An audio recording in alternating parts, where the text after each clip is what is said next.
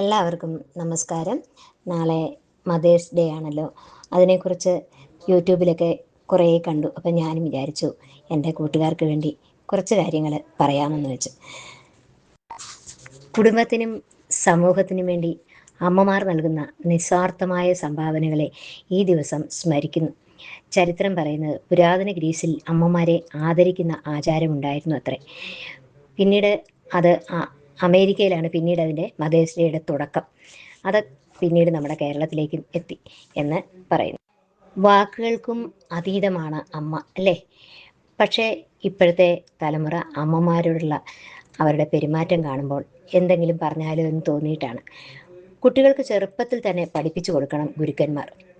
നോക്കൂ, ജഗദ്ഗുരു ശ്രീ ശങ്കരാചാര്യർ സ്വാമികളുടെ മാതൃപഞ്ചകം എന്ന സംസ്കൃത ശ്ലോകത്തിൽ അമ്മയെക്കുറിച്ചുള്ള ശ്ലോകങ്ങളുടെ അർത്ഥം ഞാൻ വായിക്കാനിടയായി. അത് ഞാനന്ന് നിങ്ങളുമായി ഷെയർ ചെയ്യുകയാണ്. അമ്മയോടുള്ള വിനയം, സ്നേഹം എല്ലാം ഉണ്ടായാൽ അമ്മ അറിയാതെ നമ്മളിൽ അമ്മയുടെ അനുഗ്രഹം ഉണ്ടാകും. അത് നമ്മുടെ ജീവിതത്തിൽ ഉടനീളം ഉള്ള ഉയർച്ചയാകും. മാതൃപഞ്ചകത്തിലെ അമ്മയുടെ ശവസംസ്കാര ചടങ്ങുകൾ ചെയ്യവേ ആ പുത്രൻ 5 ശ്ലോകങ്ങൾ ചൊല്ലി. അതാണ് മാതൃപഞ്ചകം. പ്രസവവേളയിൽ എൻ്റെ അമ്മ അനുഭവിച്ച വേദന ആർക്ക് വിവരിക്കാനാവും? ഞാൻ ഗർഭത്തിലായിരിക്കെ ശരീരം ക്ഷീണിച്ച്, ആഹാരത്തിന് രുചി കുറഞ്ഞ്, ഛർദ്ദിച്ച്, വിഷമിച്ച് തള്ളി നീക്കിയ ആ ദിവസങ്ങൾ, ജനനശേഷം 1 വർഷത്തോളം മലമൂത്രാദികളിൽ കിടന്ന് മലിനമാകുന്ന കുഞ്ഞിനെ പരിചരിക്കാനുള്ള കഷ്ടപ്പാട്, ഉറക്കമൊഴിഞ്ഞുള്ള പരിചരണം, പട്ടിണി കിടന്നും കുഞ്ഞിനെ പോറ്റുന്ന അമ്മ, ഇങ്ങനെ എണ്ണിയാലൊടുങ്ങാത്ത ത്യാഗം ചെയ്തിട്ടുള്ള ആ അമ്മയോട് ഏത് മകനാണ് ആ കടം തീർക്കാൻ കഴിയുക? അമ്മേ, ഒരു മകൻ എത്ര വലിയവനായാലും അവിടുത്തോടുള്ള കണക്ക് തീർക്കാൻ സാധ്യമല്ല. അതിനാൽ അവിടുത്തെ പാദങ്ങളിൽ ഞാൻ നമിക്കുന്നു എന്ന് പറഞ്ഞാണ് അദ്ദേഹം അമ്മയുടെ ശവസംസ്കാരങ്ങൾ നടത്തിയത്. അത് മാതൃപഞ്ചകത്തിൽ പറയുന്ന ഈ വാക്കുകൾ നമ്മളൊന്ന് ശ്രവിച്ചു നോക്കൂ. എത്ര മഹത്തായ കാര്യമാണ് അത്! ഓരോ കുട്ടികൾക്കും പറഞ്ഞു കൊടുക്കണം. മദേഴ്സ് ഡേ എന്ന വാക്ക് കേൾക്കുമ്പോൾ തോന്നും, എന്നും ഉള്ളതല്ലേ മദേഴ്സ് ഡേ? പണ്ട് ഇതൊന്നും ആഘോഷിക്കാറില്ല. എന്നാൽ അന്നൊക്കെ നമ്മുടെ അമ്മമാർ ഒക്കെ ഒപ്പമുള്ള ഒരു കാലഘട്ടമായിരുന്നു. ഒരുമിച്ചുള്ള ഒരു കൂട്ടുകുടുംബമായിരുന്നു. അതല്ലെങ്കിൽ ഇടയ്ക്കിടയ്ക്ക് ഒന്നിച്ചു കൂടുന്നു. ശരിയല്ലേ കൂട്ടുകാരെ? ഇന്ന് നമ്മളിൽ പലരും സാഹചര്യം കൊണ്ട് ജോലി സംബന്ധമായി, പഠിക്കാനായിട്ട്, വിവാഹം കഴിഞ്ഞ് ഒക്കെയായി മാതാപിതാക്കളിൽ നിന്നും അകന്ന് ജീവിക്കേണ്ടി വരുന്നു, അല്ലേ? എന്നാൽ അമ്മ നമ്മുടെ മുന്നിൽ ഓരോ നിമിഷവും ഓരോ ചലനങ്ങളിലും കൂടെ ഉണ്ട് എന്ന് മനസ്സിലാക്കണം. അത് ഓരോ സ്ത്രീയും പുരുഷനും അറിയണം. സ്ത്രീക്ക് അത് കൂടുതൽ മനസ്സിലാക്കാൻ കഴിയും. അമ്മയുടെ ഗർഭപാത്രത്തിൽ ഇരിക്കുമ്പോൾ തന്നെ അമ്മയുടെ കരുതലിലാണ് ആ ശ്വാസനിശ്വാസങ്ങളിലാണ് ആ ജീവൻ. ആ അമ്മയുടെ ശ്വാസം നിലച്ചാൽ എല്ലാം തീർന്നു. പക്ഷേ ഗർഭപാത്രത്തിൽ നിന്നും പുറത്തു വന്നാലോ, ഒന്ന് സ്വയം പര്യാപ്തമായാലോ, അവിടെ പിന്നെ ഞാൻ എന്ന ഭാവം.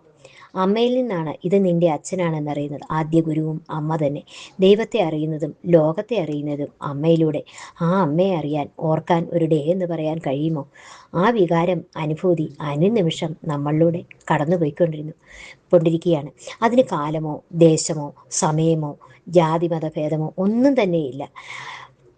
ചിലർ മദേഴ്സ് ഡേ എന്ന് കൊട്ടിഘോഷിക്കുന്നു. ഒരു തരത്തിൽ പറഞ്ഞാൽ നല്ല കാര്യമാണ്. അന്നായിരിക്കും ചിലർ തൻ്റെ അമ്മയെ ഓർക്കുന്നതും ഒരു കാർഡെങ്കിലും അയക്കുന്നതും. ചിലർക്ക് ഓഫീസ് ജോലി, ഗൃഹഭരണം, ഇങ്ങനെ 100 കണക്കിന് ജോലി തിരക്കുകൾക്കിടയിൽ സമയം കിട്ടുന്നില്ല എന്നതാകാം. എന്നാൽ ഒരു ഗുഡ് നൈറ്റ്, ഒരു ഉമ്മ മാതാപിതാക്കൾക്ക് നൽകണം. രാത്രിയിൽ നമുക്കതിനായി ഒരു സമയം കണ്ടെത്തണം. അവരിൽ നിന്ന് അകലെയാണെങ്കിൽ അതിന് നാം തയ്യാറാകുക തന്നെ വേണം. ഇപ്പോൾ അങ്ങനെ ഒരു സൗകര്യവും നമുക്ക് ലഭ്യമാണ്, അല്ലേ? ഒരു സ്ത്രീ അമ്മയാകുമ്പോൾ നമ്മുടെ ഉള്ളിൽ ആദ്യമുണ്ടാകുന്ന ആ ചേതോവികാരം ഒന്ന് ഓർത്തു നോക്കൂ. അമ്മയുടെ ത്യാഗം, അത് മതി നമ്മുടെ അമ്മയെ, അച്ഛനെ ഒക്കെ സ്നേഹിക്കാൻ, ചേർത്ത് നിർത്താൻ. പലർക്കും മാതാപിതാക്കൾ വൃദ്ധരായാൽ ഒരു ബാധ്യതയായി കാണും. നമ്മളും വാർദ്ധക്യത്തിലെത്തില്ലേ? നമ്മുടെ മക്കൾക്കും ഒരു ബാധ്യതയാകില്ലേ എന്ന് ചിന്തിക്കുന്നില്ലേ? ഇന്നത്തെ സാഹചര്യത്തിൽ പലർക്കും അവരോടൊപ്പം നിൽക്കാൻ സാധിക്കുന്നില്ല. മനഃപൂർവ്വമല്ല എന്ന് എല്ലാവർക്കും അറിയാം. പക്ഷേ സാധിക്കുന്നവർ അവരെ ഉപേക്ഷിക്കാതിരിക്കുക, കഴിയുന്നത്ര അവരെ ചേർത്ത് നിർത്തുക. ബസ് സ്റ്റാൻഡുകളിലോ അനാഥാലയങ്ങളിലോ തല്ലാതെ അവരെ ചേർത്ത് നിർത്തണം. അല്ലാത്തവർ ഇടയ്ക്ക് അവരോടൊപ്പം കൂടുക. പുതിയ സാങ്കേതിക വിദ്യകൾ വന്നതിനാൽ വീഡിയോ കോൾ ചെയ്തെങ്കിലും ഒപ്പമുണ്ട് എന്ന് മനസ്സിലാക്കുക. എൻ്റെ ഒരു കൂട്ടുകാരി പറഞ്ഞു, അവളുടെ കസിൻ്റെ മക്കൾക്ക് അവരുടെ ഗ്രാൻഡ് പേരൻസുമായി ഒരു ബന്ധവുമില്ല. കുട്ടികൾക്ക് ഗ്രാൻഡ് പേരൻസിനോട് സംസാരിക്കണമെന്നോ അവരെ കാണണമെന്നോ ഒന്നുമില്ല. പക്ഷേ ആ ഗ്രാൻഡ് പേരൻസിൻ്റെ ഉള്ളിൽ അവരെക്കുറിച്ചുള്ള ആ സ്നേഹവും വാക്കുകളും കേൾക്കുമ്പോൾ കണ്ണ് നിറഞ്ഞു പോകും. അവരുടെ മാതാപിതാക്കളുടെ കുറ്റമാണിത്. അവർക്ക് തൻ്റെ കുട്ടികളെ ഗ്രാൻഡ് പേരൻസിനെ കാണിച്ചു കൊടുക്കുകയും ഈ വാട്സാപ്പ് വഴി അവർക്ക് അവരോട് സംസാരിക്കാമല്ലോ, അതിനൊന്നും ശ്രമിക്കുന്നില്ല. അത് മാതാപിതാക്കളുടെ കുറ്റം തന്നെയാണ്. ഇപ്പോഴത്തെ ജോലി ഭാരം, ദൂരെയുള്ള ജോലി എല്ലാം നമുക്ക് പലർക്കും അവരോടൊപ്പം നിൽക്കാൻ സാധിക്കില്ല എന്ന് നമുക്കറിയാം. എത്ര തിരക്കുണ്ടായാലും സാധിക്കുന്നത് പോലെ അവരോടൊത്ത് ചിലവഴിക്കാൻ സമയം കണ്ടെത്തുക. തനിച്ചല്ല, എപ്പോൾ വിളിച്ചാലും ഞാൻ ഓടിയെത്തും എന്ന് ഓർമ്മിപ്പിക്കുക. നമ്മൾ ചെയ്യുന്നത് പറയുന്നതാകും നമ്മുടെ മക്കൾ നമ്മളോട് ചെയ്യുന്നത്.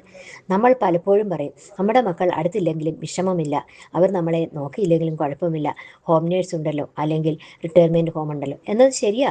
പക്ഷേ അങ്ങനെ ചിന്തിക്കാതെ പറ്റില്ല എന്നതാണ്. എത്ര പറഞ്ഞാലും നമ്മളറിയാതെ വിചാരിക്കാതെ ഉള്ളിൻ്റെ ഉള്ളിൽ ഒരു തേങ്ങലുണ്ടാകും. അത് തീർച്ചയാണ്. റിട്ടയർമെൻറ്റ് ഹോമുണ്ടോ, അവിടെ പോകാം എന്ന് നമ്മൾ ചിന്തിക്കാം, അത് നല്ലതുമാണ്. എന്നാൽ അവിടെ വല്ലപ്പോഴുമെങ്കിലും ഈ മാതാപിതാക്കളെ കാണാനെത്തണം. വീട്ടിലെ ഏകാന്തതയിൽ ആ താമസം ഒരാശ്വാസമാകാം അവർക്ക്. മാതൃദിനത്തിലൂടെ ഓരോരുത്തരും കടന്നു പോകും. മാതാപിതാക്കൾ തനിച്ചല്ല, അവരോടൊപ്പം ഞങ്ങളുണ്ട് എന്ന് ഒരു ഓർമ്മപ്പെടുത്തലാകട്ടെ ഈ മാതൃദിനം. അമ്മയെയും അച്ഛനെയും നമ്മുടെ ജീവനുള്ളിടത്തോളം കാലം നമുക്ക് മറക്കാൻ കഴിയുമോ?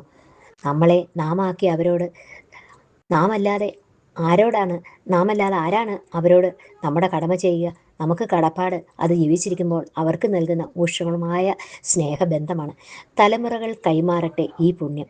എല്ലാ അമ്മമാർക്കും എൻ്റെ നമസ്കാരം. എല്ലാ കുട്ടികളും ഈ മാതൃദിനത്തിനെങ്കിലും നമ്മുടെ അമ്മമാരെ സ്നേഹിക്കാനും മറ്റുള്ളവരോട് അമ്മമാരെ സ്നേഹിക്കാനും പറയുക. എല്ലാവർക്കും നല്ലത് വരട്ടെ.